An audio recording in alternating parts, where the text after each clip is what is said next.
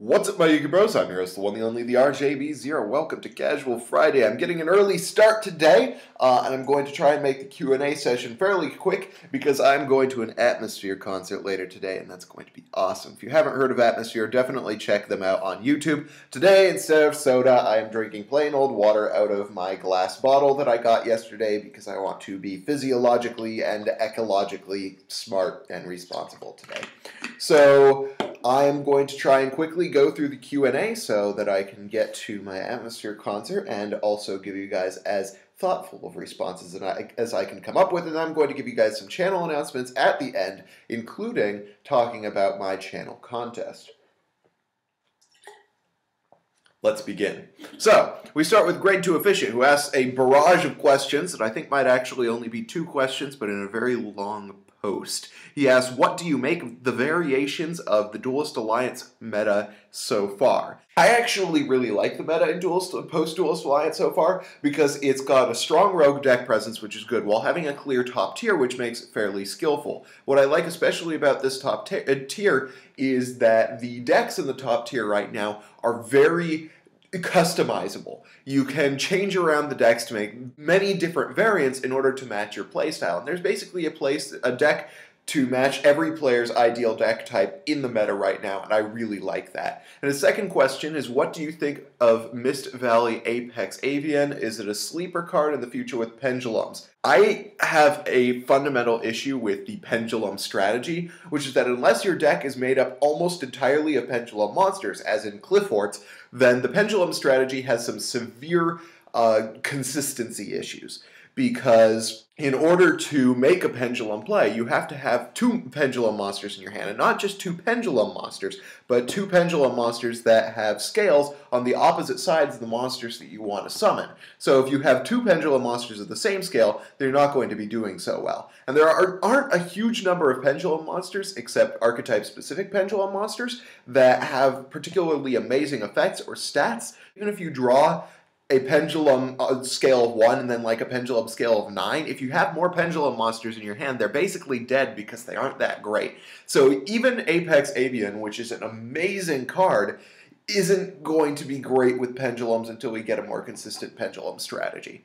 Then we move on to Ezra Titsworth asks, I have 2 questions for you. 1, what is your favorite character on Attack on Titan? Hands down, Hanji. Hanji is just the coolest. She is like super smart, and she is so badass that she just has like no fear of Titans whatsoever. She's just like absolute total hardcore nerd, and I think that she is just totally awesome and willing to do a lot of tough stuff in order to get the job done. So I absolutely love Hanji. She's definitely my favorite character. And then question number 2 is, what do you think of Super Heavy Samurai? I think that they really need more support. They don't do a huge amount right now. They kind of sit in defense position and poke the opponent, but that's not really enough to have a strong competitive presence in the current version of the game of Yu-Gi-Oh! I think that if they got more support that allowed them to do some special summon plays, that allowed them to do some board clearing, then I imagine that they could be pretty decent, especially with Big Ben K being such a huge beater. We move on to Ugrio, who asks, what do you think of Hat in the current or next format? I think that the problem with Hat right now is that they just can't keep up. They cannot gain advantage over the current decks this format, because if you think about it, the only deck where like destroying things doesn't set off effects is Satellanites, and Satellanites have so many outs that even Hat can't really keep up with them. And the other thing about Satellanites is even if you destroy like their Deneb, they're just going to bring it back with an Altair and recreate the advantage that they had already. From Yule Franz, or I may have totally butchered that name, we have thoughts on Wiretap this format. I think that Wiretap is decent depending on how likely you think you are to be losing to Satellanites. I think that's the really big question with Wiretap, because MST takes out a lot of the huge threats this format in terms of trap cards, in the form of things like Skill Drain and Vanity's Emptiness and other things like that. So Wiretap doesn't necessarily have a place there. But if you think Satellanova Alpha is going to be an issue for your deck, then I think Wiretap is definitely a good choice. Infinite Pez asks, what are your opinions on the Beast Warrior Kawakimeru Fire Fist deck? I think the deck is generally underwhelming. A lot of the time it has to rely to some degree on extra deck monsters, which makes it not so hot against Shaddolls. It does have some pretty crazy special summoning things. And I have seen a skill drain variant of the deck where, you know, once you put the Kawakimerus on the board, like once you use your Urknights effect, then you hit the skill drain button, and then you use Horn of the Phantom Beast to just run monsters over. I think you can even do that without the skill drain version. You just have to make sure that you always have a Beast Warrior in your hand in order to continue your plays. So I think that the deck is definitely good as a casual deck. I'm not certain if it can keep up with the current format in terms of competitive play. From El Colombian 121711, we ask, would you ever try Dragon Princess Lightsworn? I don't like playing Lightsworn, so probably not. From the 91st Peanut, he asks, if you could ban one card that totally doesn't deserve to be banned out of sheer hate and saltiness, what would it be? Well, most of the things that I really don't like and that I get salty about are things that actually deserve to get banned. For instance, Vanity's Emptiness. Vanity's Emptiness is something that I lose to occasionally, and that makes me kind of salty, and it deserves to be banned, so I can't really say that. If there's one thing that would just be a total dick move for me to ban at this point, it's number 86. It hasn't even come out in the TCG yet, and I already hate it. I hate that card so much. We had a discussion about this on the Facebook page, to which I will link you in the description below, and I just cannot stand that card. It's like, if you get a certain number of monsters on the board, your opponent can't play the game, and I don't like cards that make your opponent unable to play the game. I just think it's really dumb. So if I could ban one thing that doesn't deserve being banned, I would ban number 86, even though it's an OCG exclusive and we haven't gotten it in the TCG yet. From Gokipon Time Lord, are you still planning on going to regionals? Yes, I am still planning on going to regionals. Also, do you think Herald of Perfection will become meta once their new Synchro and Ritual monster come out?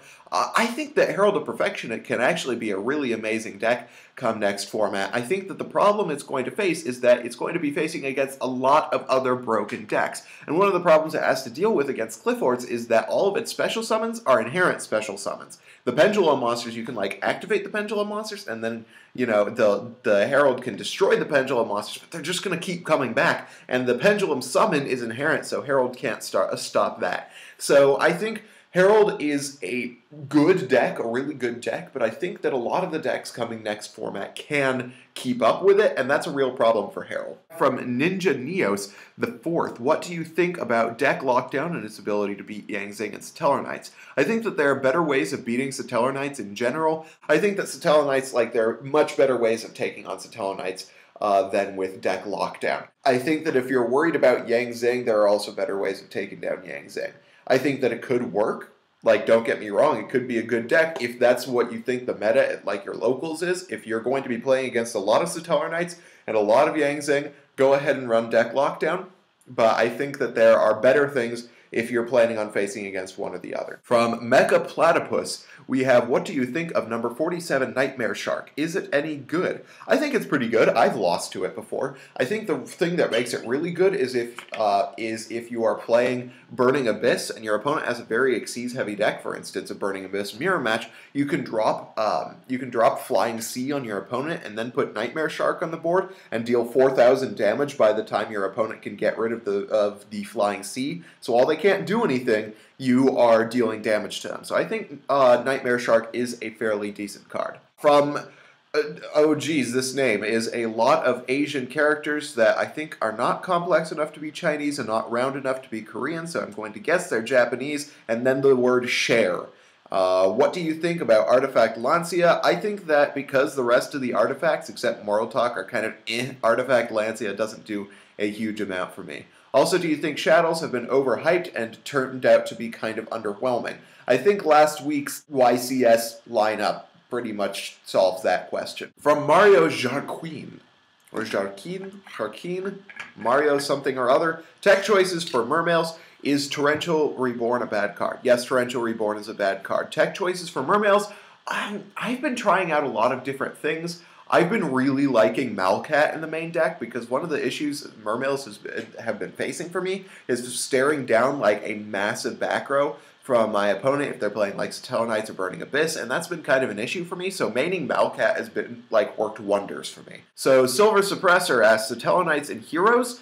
I think you could. I think that if you're going to run that, you might as well run Satellanites already. Satellanites already have a Gemini Spark Infernity Barrier. Why do you need more Gemini Sparks? Plus, Miracle Fusion isn't like the best idea, because unless you're running like things that you can afford to banish, like Vega or Unuk, and in that case you have a deck full of monsters that don't do a huge amount for you, then Miracle Fusion isn't a great idea because you're banishing monsters that you want to be able to use from the graveyard later. I don't know. It just seems kind of underwhelming to me. From Brandymon, what do you think of using Into the Void as a way of giving Shaddoll some early game speed? I don't like it because it requires you to discard your hand at the end of the turn. I realize that's kind of the point, but the problem with Shaddolls is a lot of their Send to Grave plays are actually kind of terrible. Dragon is only useful if your opponent has back row. Like, Hedgehog's okay, but you don't really want to draw your Shaddoll monsters. And then, like, Beast, yeah, you get to draw a card. It just doesn't, it doesn't seem like a good idea to me. Tima Dolce OTK asks for the next Q&A with all of the instant rank 4 cards out there right now, like Traptrix, Dianaya, and Altair at 3. Why is Wolfbark still at 1? I think it's because Wolfbark can summon an Xyz monster, which searches for another Wolfbark. Now, I realize that Altair can do a similar thing just by summoning Deneb from your grave, but Altair's a new card, so they're not going to immediately limit it. Banish 2 turns asks thoughts on the UA archetype. I really like the cards in the UA archetype. Like, the monsters are freaking amazing. There's one that's basically Heraklinos, and there's one that's basically Armades, but my problem with them is, like, summoning them in the first place. You have to jump through some hoops to normal summon them or special summon them. The fact that you have to do so much to put them on the board makes them kind of not good. And I realize that makes them kind of fair. It doesn't make them bad. But the problem with Yu-Gi-Oh! Right now, and good decks that aren't unfair, is that Yu-Gi-Oh! Is unfair right now. In order for a deck to do well in the game of Yu-Gi-Oh! Right now, it has to make plays that seem unfair, and UA has stipulations on it, like the monsters being high level, that makes them fair, and that's just not good in the current format. It sucks to say, but that's kind of the way that it works. From Brandano Harns asks, when will you show us your jet, and can we have a ride on your jet? When I get 10,000 subscribers, I will show you my jet, and we can have a ride in it. From Valkyrian Duelist, do you think Macro to 2 on the next ban list, and what do you think of Doomstar Magician? I don't think Macro is coming back to 2 this ban list. I think right now Konami is working on limiting Floodgate cards and not bringing them back. I think Doomstar Magician could have been better if they just added, like, one thing. Like, if you didn't have to discard, or if it banished instead of destroying, or if it was a quick play, or like a quick effect, then it would be good. But as it is, it's kind of underwhelming, and that's my issue with Doomstar Magician. Alex Green asks, I want to run Jurak. Any good ideas on them?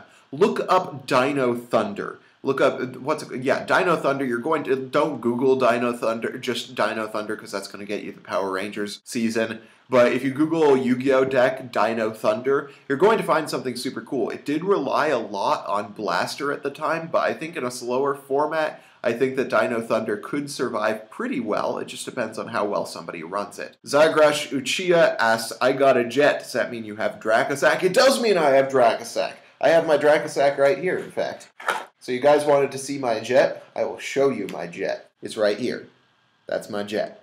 I'm so happy that I have this right now. I freaking love mermails, and I haven't been able to make them. Let's move on to our next question. From Will Stallman, we have, what are some good main board choices for Evilswarms? Xyz Reborn is a great option. I actually really love Xyz Reborn. I've always loved Xyz Reborn, and I think it's fairly good in Evilswarms, particularly if you're facing against a deck that goes for a lot of high-level plays, like Clifforts or like Shaddolls. As far as techs in the main board for Evilswarms, I'd say run with D-Fissure. D-Fissure is a great tech in the main deck. I think that Dark Illusion is probably a pretty good card. From Is Bryson, what is your method of obtaining cards you need / want to play to keep up with the meta?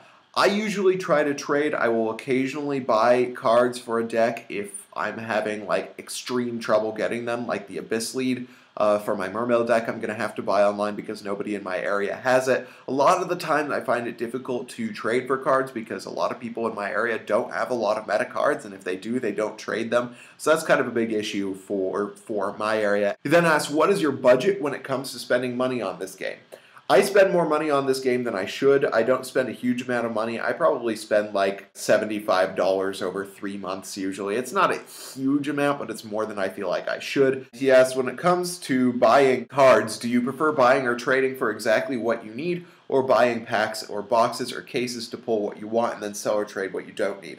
I think that buying packs to get a card that you want is a really bad strategy because it is so unlikely that you're going to get cards that you want. If you have the money to buy a bunch of boxes, then like go ahead, because a lot of the time your profit will eventually even out, since there are usually some high dollar cards that come every couple of boxes. So usually you get like almost exactly your money's worth out of buying those boxes. So if you have like the money available, you can do that, but it's just generally a bad strategy for getting specific cards that you want. So I usually just try and buy or trade for whatever I want. We have from Flame Vmon, since when did you not want your subscribers to go to sleep? This is in reference to my recommending that you guys listen to the Kimberly story. I still totally recommend you listening to the Kimberly story. But in answer to your question, Flame Vmon, I don't want my subscribers to sleep because you made me do a recap review on Galaxy Photon. From David Casimir, I have recently picked up Harpies. Is it a good idea to invest in them? I don't see them doing a whole lot in the coming format. Like, sure, you can get rid of pendulums pretty easily, and that's nice for taking on Cliffots, but once again against Cliffots, they're going to recover their resources really easily. I think it's possible that Harpies could do well, but they also don't really have a good matchup against the Tellarknights or other things like that, because there are so many decks that have outs to the things that Harpies do. From Millajo001, first, are you a duck? No. I know what you're actually asking me, and you're not asking me if I'm an aquatic bird species. You're asking me about the football team, and I'm not a duck because I don't watch football. And from Millajo001, our second question is, what decks are you currently playing now? I am playing Mermails, and actually yesterday I took Glad Beasts to locals, and I think that they would have done pretty well with a couple of tweaks that I could have made to the deck that would have made it a little better, and if I hadn't misplayed massively a couple of times in a row. I'm actually secretly a really bad player. Like, I make fairly decent decks, but when it comes to the game, I just make so many misplays and do dumb things. From Nahuez08, I would like to hear your thoughts on Sylvans. I think that they're pretty good, but especially considering the fact that I'm fairly certain that Soul Charge is going to get hit this format, I think that they are going to get less good. And they also lose to Vanity's Emptiness and have a bad Clifford matchup. From Angel for Donger, or Donger? Donger. They're not coming out for a while, but thoughts on the new DD/DDD archetype? I haven't looked at them a whole lot. I don't know that much about them, but so far as I've seen, I've just been reading the cards as they come along. I haven't seen a lot of really consistently good plays that they can make. I think that as they gain support, my opinion of them will improve, but right now they just like seem super inconsistent in making the actual good plays that the deck has to offer. That's our Q&A for the day. Once again, I do have the contest coming. The contest is headed your way. I am going to be giving away 2 Megatins for my channel contest that will be coming up in the near future. I also am going to be doing a Rethinking Thunder on Battery Men, which I think should be pretty exciting, and there's going to be more from the next great YouTuber if Dan ever puts up the next round. So there you guys go. I hope you guys liked this video. If you did, hit that thumbs up button. If you did, let me know why in the comment section below. And remember, if you have any questions for me, ask them in the comments and I will get to them during my next Q&A video, either Q&A Monday or Casual Friday. Thank you guys for watching. I'm your host, the RJB0, and I got a jet. See you guys.